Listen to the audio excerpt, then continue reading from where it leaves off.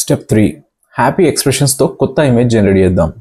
Expressions మార్చాలా, కానీ వేరే ఏమీ చేంజెస్ లేకుండా, వేరే ఏం డీటెయిల్స్ చేంజ్ అవ్వదు, ఒట్టి ఎక్స్ప్రెషన్స్ చేంజ్ అవ్వాలా. దానికోసం ప్రాంప్ట్ యూజ్ చేద్దాం. Show captain Ava with warm friendly smile and happy expression. Keep everything else consistent. ఇది మన ఇంటెంట్ని రీఎన్ఫోర్స్ చేస్తుంది. కెప్టెన్ ఏవా వార్మ్ ఫ్రెండ్లీ స్మైల్తో ఇమేజ్ జనరేట్ అయింది. అది క్లియర్గా సేమ్ కెప్టెన్ ఏవా కానీ డిఫరెంట్ ఫ్రెండ్లీ ఎక్స్ప్రెషన్స్తో ఉంది. ఫీచర్స్ అండ్ యూనిఫామ్ అన్ని పర్ఫెక్ట్లీ కన్సిస్టెంట్గా ఉన్నాయి. ఇది పవర్ఫుల్ కాన్వర్సేషనల్ కన్సిస్టెన్సీ డెమాన్స్ట్రేషన్ అన్నట్టు. ఇప్పుడు కొంచెం మళ్ళీ డిఫరెంట్గా ట్రై చేద్దాం. స్టెప్ 4లో ఇప్పుడు ఫుల్ బాడీ షాట్ తీసుకుందాం. Final full body shot create చేయడానికి కెప్టెన్ ఏవాది ప్రాంప్ట్ రాద్దాం.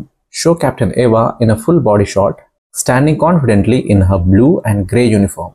She is holding a futuristic data tablet in her left hand.